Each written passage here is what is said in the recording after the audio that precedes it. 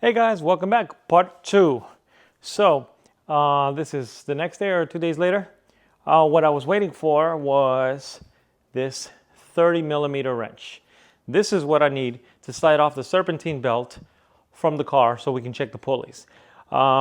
First thing we got to do is get back here. Let's open this up.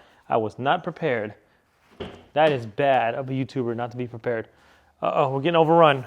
Where are you guys going? Where are you going? We're not going for a ride.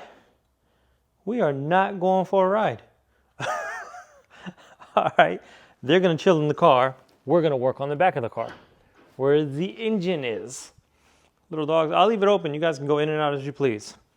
All right. So, first thing I need to do is get the airbox out. So that's a piece of cake. If you've watched my previous videos, you'll know to get the airbox out, it is loosen this clamp right here, pull this off, your mass airflow sensor, disconnect here, slide this forward. Actually, I can do that right now. You can just lift up this back piece and it'll slide forward and out. There you go. Disconnect. See this U vacuum line? Disconnect that. This piece will come off with the airbox. And then you just pull it out. Pull it out from this top end, rotate it out. And I'll do that here in just a second. But let me get that clamp loose first. And while you're waiting on that, let me put the video of, I ran the car today and shot a video of the water pump pulley. Because someone had asked me, is the water pump pulley wobbling, moving around, and that causing the belt to have deflection in it? So watch this video while I get this airbox ready.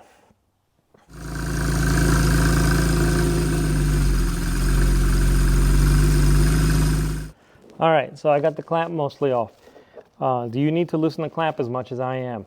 No, you do not have to. Why? I'm doing it this way because I like to take that clamp, the metal band, and pull it up and over like this and just get it out of the way completely. So that's completely out of the way. Now before I pull this off, let's disconnect here. On the bottom side of this is where you're going to have your little clip. And you hear that click? That's unlocked. And just give it a tug, comes off clean. It is attached on the back side of the airbox. It has little clamps and clips in there. Just pull it. You guys can't see it because of where I got the phone positioned. But I'm going to disconnect the vacuum hose here on this little, the thing I showed you earlier, the little gray valve. There it goes. And it'll hiss. It's normal. Don't freak out if you hear that little hissing. And then that's it. Then you just pull this back. Then I just lift it up and then rotate it like so and pull it straight out. And see what I was saying about how this stays attached? And just get this out of your way. That big wrench goes right there under the alternator. That's your tensioner pulley. The tensioner, actually what tensions it is actually underneath it. It's like a little mini shock. There we go. I'm going to turn it clockwise. I'm going to slip the belt off, and then we're going to turn all these pulleys by hand and see, do we have any play? Do we have any wobble in anything? Hopefully, we don't. What are we going to slide the belt off? We're going to slide the belt off of, how about the alternator? Because that's probably the easiest. Or power steering pump, maybe. Yeah, let's try power steering pump. Oh, I can't even move that thing. Oh my goodness. Can't even move it.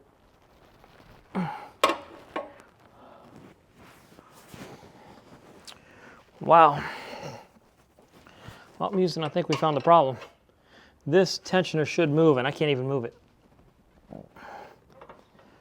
Any direction. Oh, that's tightening. I don't want to tighten it. It did move a little tightening. How about loosening? Oh, there we go. Yeah, it's moving. Good Lord. It's a lot tighter than I thought it would be. Whew. It is stiff. All right, we're gonna pull it off the alternator only. That was definitely, I'm pretty sure that that's the problem. It is, it didn't want to move either way, and I tried to go the opposite way to tighten it. So you go clockwise to loosen it, and you go counterclockwise to tighten it. It wouldn't even budge loosening. So I did it tightening and it moved a little, so then I went back to loosening. So alternator, let's listen. Feels fine. No play in the pulley. Okay, alternator's good. This is power steering. Pull the belt off there for a second. Okay. No, that's spinning free. It's fine. Coolant or AC compressor. No, that's fine. I don't see no issues there. Crank can't really turn. Tensioner, that's the one I need to get to. That is a challenge. Let's see, just get enough slack on the belt that I can spin it without touching the belt.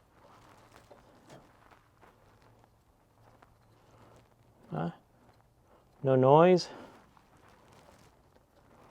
I don't feel any noise. Feels fine. Yeah. The pulley itself feels fine. The tensioner is probably the problem, which is under that. No play. Oh, get the belt all the way off. Spins free. Okay. Belt keeps catching it, but you know. Yeah, I don't feel any. What I'm doing right now is I'm turning it. I'm feeling if there's any resistance. Usually when a water pump goes bad internally, you'll feel some resistance. Nope. No noise, no resistance. So, if all those pulleys are good, then chances are it is the one right above it that I can't even see right now. All right, so process of elimination, little dog. What do you think? Tensioner? I think it's a tensioner too. It's a tensioner. All right, let me try to see if I can get a different angle on it. See if you guys can see the tensioner. The belt tensioner. See if I zoom in, maybe you can. I mean, I've got this in there as tight as they'll go.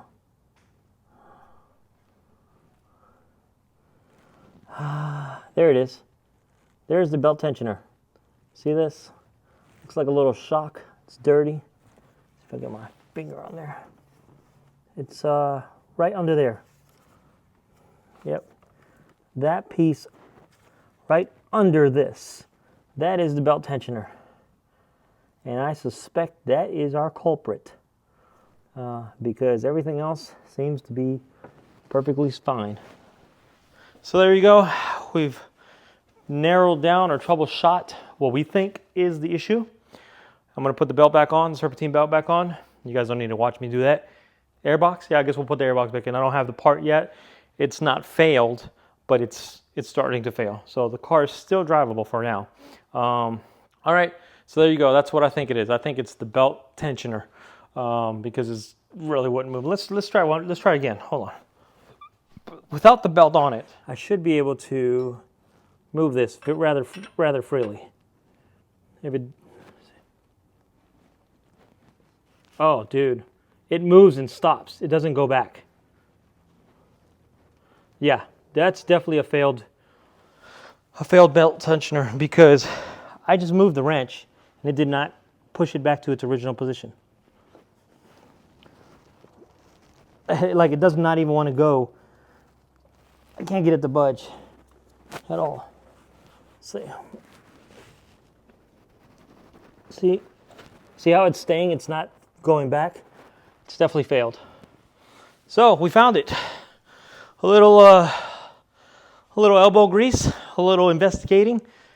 Definitely have a failed belt tensioner on this car. It should it's a hydraulic preloaded like mini shock, which actually, yeah, by default, it should be on the tighter side. But when I go to loosening it and I let go of the pressure, it should tighten itself back up naturally, and it's not. It's staying wherever I move the wrench. So that is a failed belt tensioner.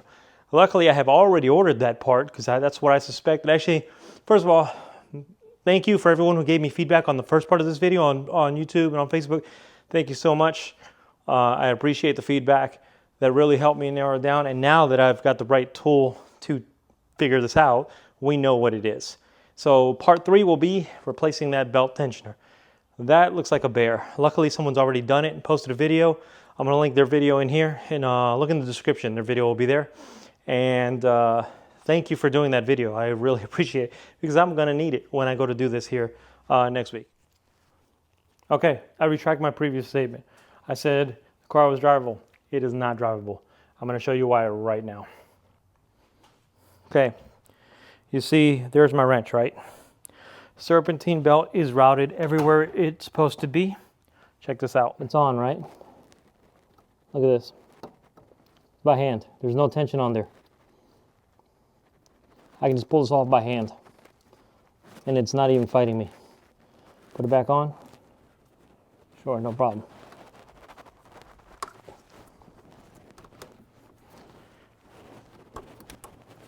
I just did by hand.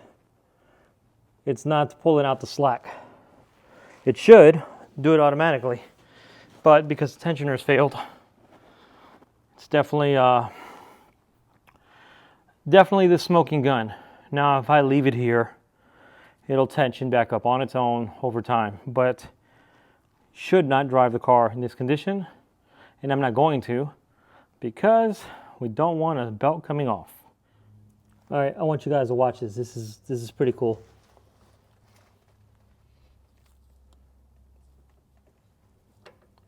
It's not doing it on its own. It's me moving it.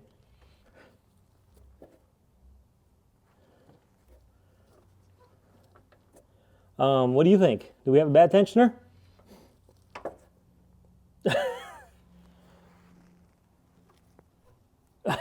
I would say so. I would say that's a bad tensioner.